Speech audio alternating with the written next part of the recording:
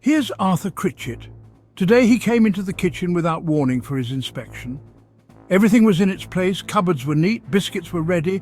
It was a matter of time for Eleanor to bring the tea and the newspaper to the table and turn on the radio. She even got a compliment.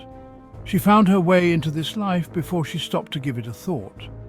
Things were not perfect, but when Arthur said she only needed one thing to be a perfect wife: patience, she thought she could do it. Now the result was that she stayed at home to do her job of keeping things exactly as they were the day before. This was a harder task than it seemed. The next day, Eleanor cleaned the house in record times. It was an old house with a small drink table on one corner. She thought there might be time for some whiskey before Arthur arrived at 6 o'clock.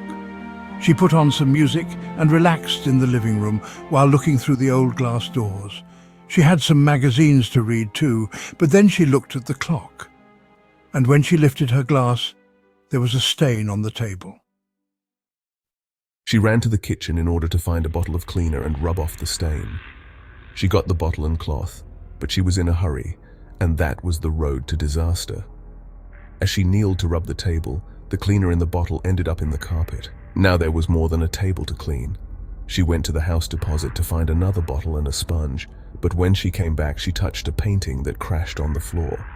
Now she didn't know what to do first, put the painting back or rub the carpet, and she didn't find the nail.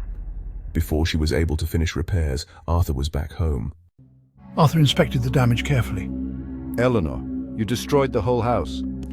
Can't you do anything neatly? Don't you hear me, Eleanor? Can't you do anything neatly? Eleanor had a hammer in her hand.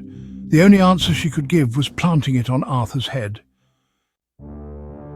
You see, Arthur, and you said I couldn't do anything neatly.